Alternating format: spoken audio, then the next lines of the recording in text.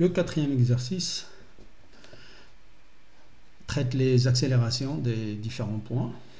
Alors, on nous donne l'accélération du point A, puisque la vitesse de rotation de E1A est constante, donc je vais avoir l'accélération dans l'absolu, c'est la composante normale, et donc il est dirigé de A vers le centre de rotation E1. Donc je vais commencer d'abord par calculer le facteur d'échelle. Alors l'accélération normale de A, c'est E1A qui est égal à 16 mm qui multiplie oméga 2 au carré. Alors, pour calculer le facteur d'échelle, je vais voir cette valeur théorique par rapport à ce que j'ai dessiné, le module du vecteur qu'on a dessiné. Et donc, ça donne un facteur d'échelle de 1000. Ok? Ça veut dire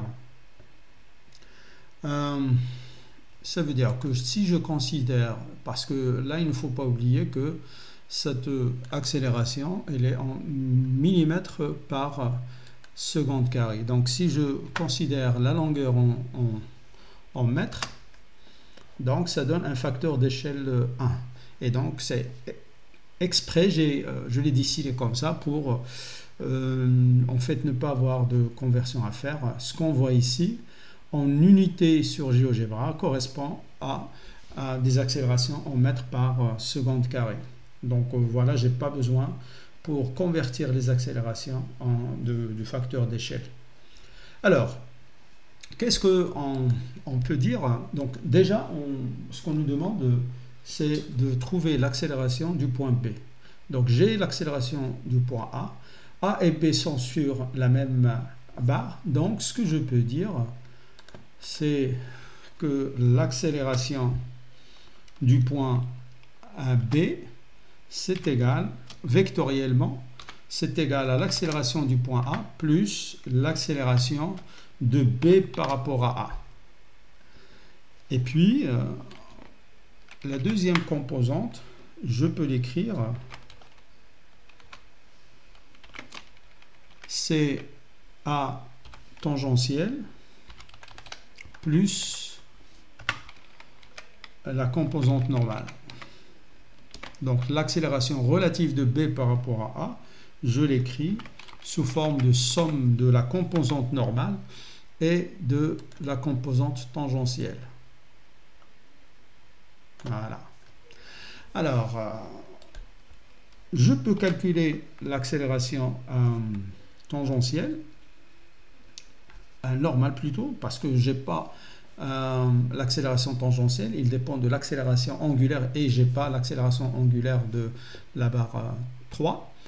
Par contre, le AN-BAN, en fait, je la connais.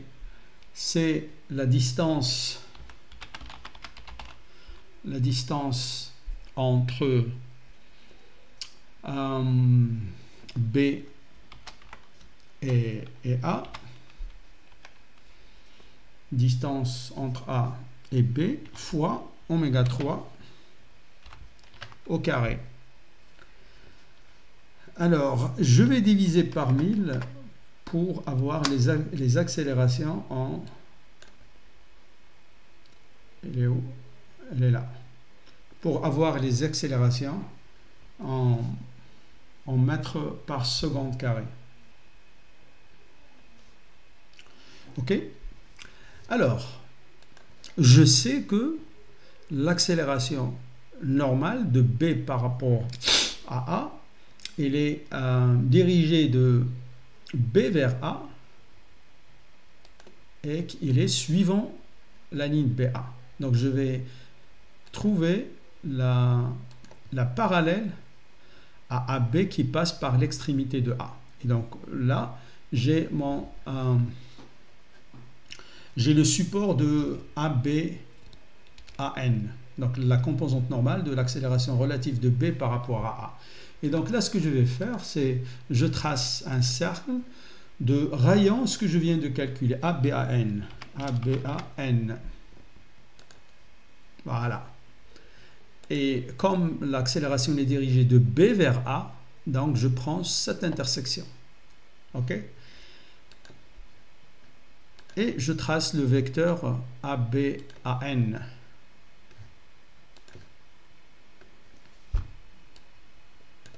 Donc ce vecteur-là, c'est ABA, composante normale. Et je vais le mettre par exemple en bleu. OK. Alors maintenant, l'accélération tangentielle, je sais qu'il est perpendiculaire à AB. Voilà. Donc j'ai l'accélération du point A plus l'accélération normale plus l'accélération tangentielle égale l'accélération du point B. Mais l'accélération du point B, c'est aussi, donc je vais éditer cette formule, je reviens à la ligne et je dis que AB c'est égal à ABT plus ABN. Donc l'accélération absolue du point B, il a deux composantes, une tangentielle et une normale. Alors c'est quoi le ABN? Alors ABN c'est égal à la distance entre A et B, c'est O2B fois oméga 3 oméga 4 au carré, oméga 4 au carré, hein, puisque le point B il appartient à la barre 4 qui tourne à une vitesse oméga 4. Donc l'accélération quand il appartient à la barre 4, donc il est dirigé de B vers O2 et en module c'est égal à O2B en mètres et non pas en millimètres fois oméga 4 au carré. Et donc il faut diviser par 1000. Donc voilà le ABAN, il est où?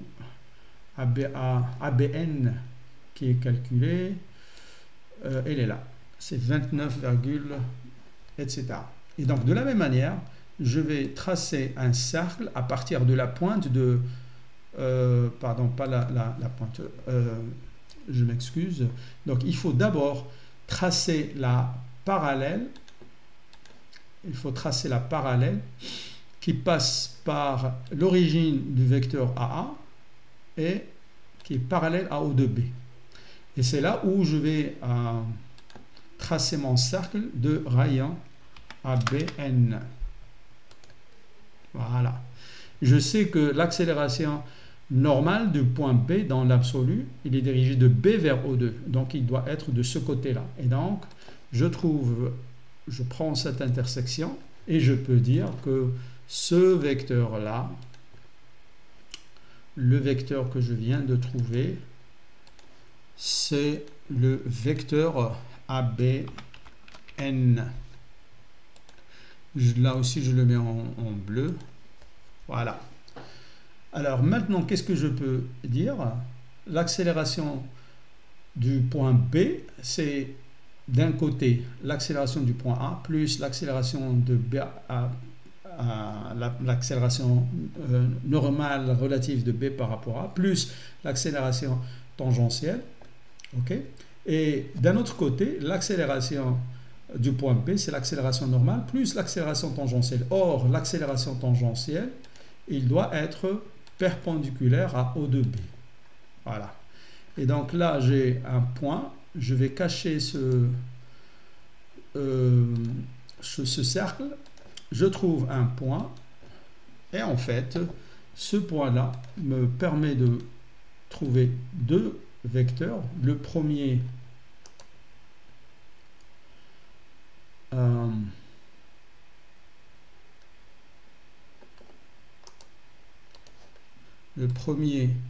c'est ABT, c'est l'accélération tangentielle du point B. Je le mets par exemple en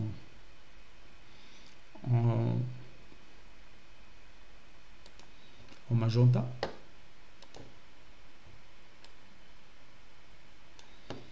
OK. Et le deuxième vecteur, ce vecteur-là, en fait, c'est l'accélération relative de B par rapport à A tangentielle, et je la mets dans la même couleur. Voilà. Alors, le vecteur AB, en fait, c'est la somme de ces deux vecteurs ou bien de ces trois vecteurs. Ça donne exactement la même chose. Donc, ce vecteur-là, c'est le vecteur AB. Voilà. Et je le mets en rouge comme AA. Donc, l'accélération du point B, c'est l'accélération normale plus tangentielle, ou bien c'est l'accélération de A plus l'accélération relative de B par rapport à normale plus l'accélération relative tangentielle. Okay. Alors, je vais reprendre ce vecteur-là. Voilà. Et je l'appelle carrément. Je l'appelle A indice B. Et je le mets en rouge. Donc voilà la réponse à la première question. Ok, j'ai mis un peu d'ordre. Alors on me dit d'en déduire à partir de ce que nous avons fait, l'accélération angulaire alpha 3. Donc je crée un texte et là je dis alpha indice 3 c'est égal, alors voyons voir, donc l'accélération angulaire alpha 3 donc de cette barre, la barre AB, donc c'est l'accélération tangentielle divisée par la distance AB, et donc je vais dire c'est la fraction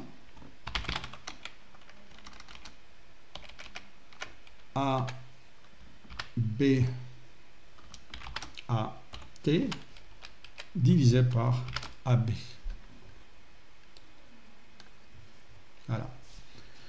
Donc ce vecteur-là, elle est proportionnelle, elle est égale en fait à AB fois l'accélération angulaire. Donc l'accélération angulaire, c'est l'accélération relative de B par rapport à, dans le sens tangentiel, divisé par la distance qui sépare les deux points. Trouver l'accélération angulaire, nous l'avons fait. Maintenant, trouver graphiquement l'accélération du point C. Alors, en fait, je peux raisonner sur le point C appartenant à la barre 4, au même titre que B, et donc dire que l'accélération du point C, c'est l'accélération du point B plus l'accélération relative, etc. Mais là, je vais faire une petite remarque. Okay, donc l'accélération du point C, d'abord, c'est égal à l'accélération normale plus l'accélération tangentielle. Alors, c'est égal. L'accélération normale du point C, c'est égal à O2 C fois oméga 4 au carré, plus la même chose, O2 C alpha 4. OK?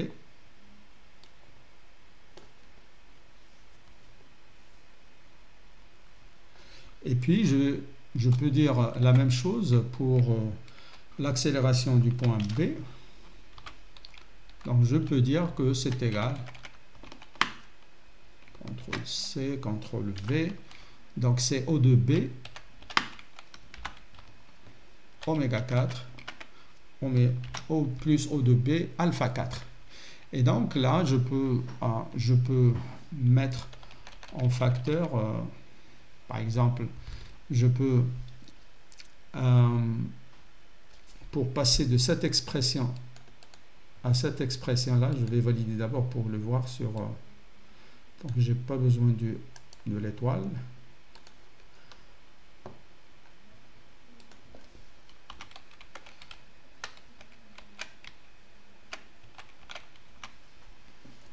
Donc, je peux dire que c'est égal à O de B,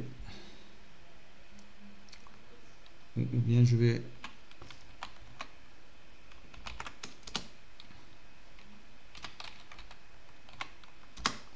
dire en fait que AC c'est égal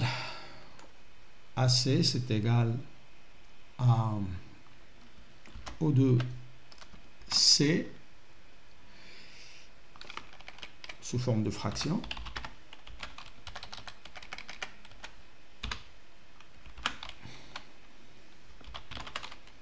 O de B à B. Et donc ça rend les choses plus faciles. Donc le vecteur AC c'est égal au vecteur AC à un facteur près. Ok? Donc là je vais le diviser en deux si vous voulez. Hein. D'abord je vais calculer le ACN qui est dirigé de C vers O2, ACN. Ok, donc c'est égal à ABN que nous avons déjà calculé, qui multiplie le rapport de la distance de O2 à C divisé par distance O2 B.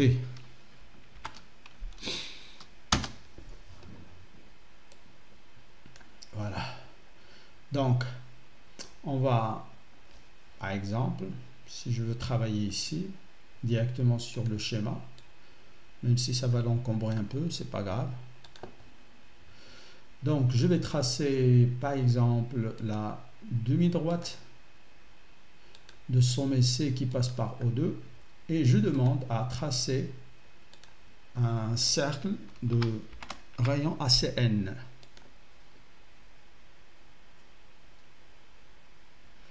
Ok, donc ça donne ce point-là. Donc à partir de ce point-là, l'intersection, bon, en fait, on risque de ne pas avoir, ouais, c'est le cas. Ils sont proches, mais c'est pas, les deux points ne sont pas confondus. Ok, donc les deux points ne sont pas confondus. Donc voilà l'intersection. En dessinant à la main, on peut confondre, mais là, bon, j'en profite pour, voilà, pour désigner la vraie intersection. Donc, là, qu'est-ce que j'ai? Je vais le noter. Ce vecteur-là, le vecteur, il n'est pas bien dessiné. Donc, ce vecteur-là, le CJ, c'est le vecteur ACN. Je rappelle que nous avons obtenu à partir de ABN. Et donc, on va tracer la perpendiculaire qui passe par J à O2C. C'est déjà fait. Voilà. Donc là, je vais avoir mon ACT. Or, le ACT, c'est égal à le ACT, ça va être égal. Alors, je peux le dessiner directement. Donc, je dis que je veux un cercle de centre C et de rayon. Donc, j'ai... est-ce que j'ai... Je cherche le vecteur que nous avons obtenu tout à l'heure. Le vecteur ABT, comment on l'a appelé? U1. Ok, On n'avait pas ça, donc c'est U1. Ok, donc on va demander à tracer un cercle de centre J et de rayon abs U1 fois distance O2 C divisé par la distance entre O2 et B, toujours à partir de cette formule-là. Donc les deux composantes, normale et tangentielle, on a la même proportionnalité. Voilà. Donc nous avons notre point C. Je vais cacher ce cercle-là parce qu'il va me déranger quand je vais cliquer. Afficher l'objet, je le cache. Alors ce point-là va me permettre de trouver ce que je cherche. Donc voilà la composante normale. Bon, la composante normale, nous avons l'habitude de la mettre en bleu, voilà. Et la composante tangentielle, l'origine n'est pas correcte, je corrige, propriété, et donc c'est J au lieu de B'. Les deux points sont tellement proches qu'en cliquant, il y a un fait de magnétisme. Donc, voilà. Et je dis que ça, c'est le ACT. OK. Et donc, le vrai vecteur AC, elle est là. Donc, ça, c'est le vecteur A, indice C. Et je le mets en rouge. Donc, voilà le deuxième vecteur AC. Alors, maintenant, on nous demande de trouver le vecteur AD. Donc là, c'est pour ne pas surcharger la figure, je choisis un point quelconque. Voilà. Je prends le vecteur AC qu'on a trouvé, je le mets ici. OK. Et pour ne pas oublier qu'il s'agit du vecteur AC, je l'appelle dans la légende AC. Et c'est en rouge. Voilà. Alors, comme tout à l'heure, nous allons avoir C et D sur la même barre. Donc, l'accélération du point D, c'est l'accélération du C plus l'accélération relative de C par rapport à D, et qui a deux composantes. Là, on commence d'abord par... Donc, comme tout à l'heure, nous allons avoir... il est où le texte que nous avons? C'est pas grave. OK. Donc, l'accélération du point D, c'est égal à l'accélération du point C plus l'accélération de D par rapport à C.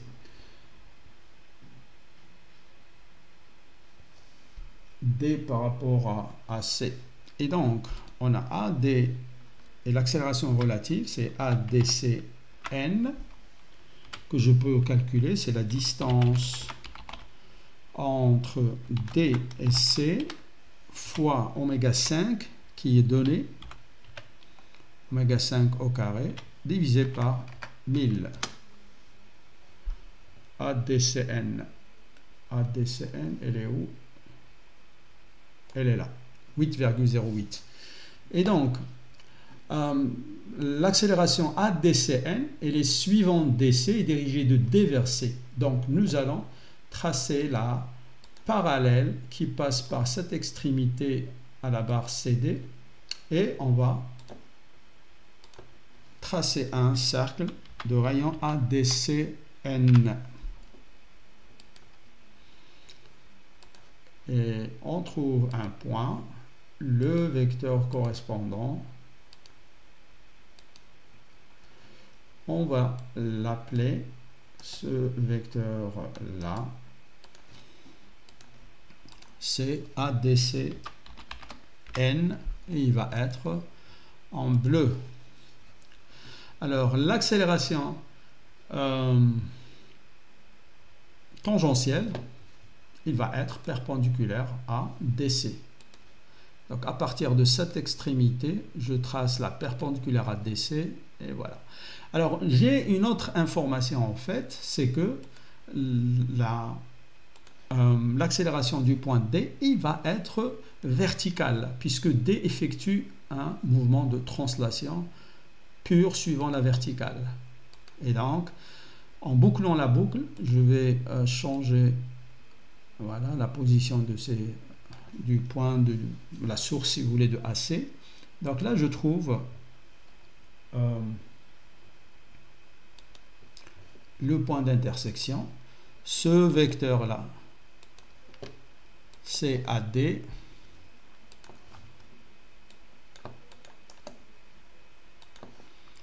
C'est AD. Ok, il est en rouge. Ce vecteur,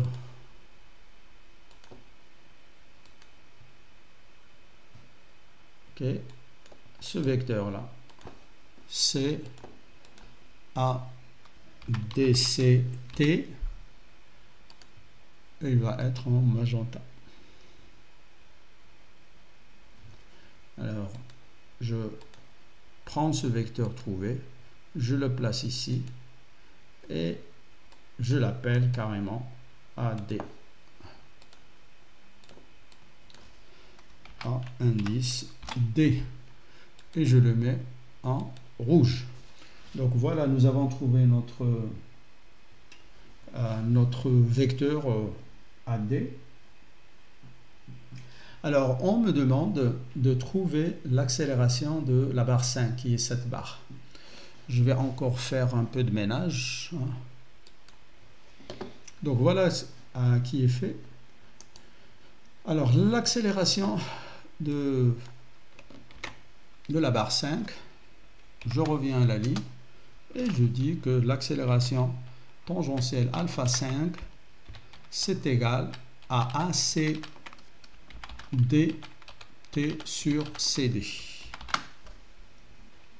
Sur CD.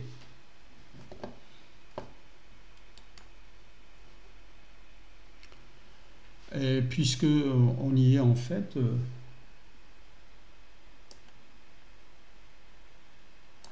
je peux éditer cette formule parce qu'on nous demande aussi l'accélération du point de la barre 4. Alors alpha 4, c'est simple. On va prendre juste la composante de B tangentielle sur O2 B qui est aussi égal, puisqu'on a trouvé les deux vecteurs,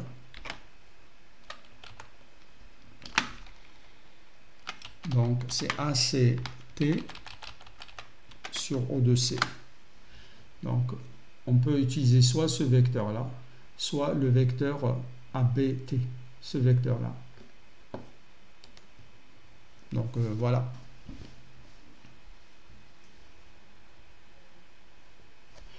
Voilà, c'est terminé. Bon, nous avons trouvé toutes les accélérations angulaires. On ne nous demande pas les valeurs, sinon, c'est simple. Nous avons les vecteurs, il suffit de prendre le module, puis diviser par les différentes distances et on peut avoir les valeurs numériques. Voilà.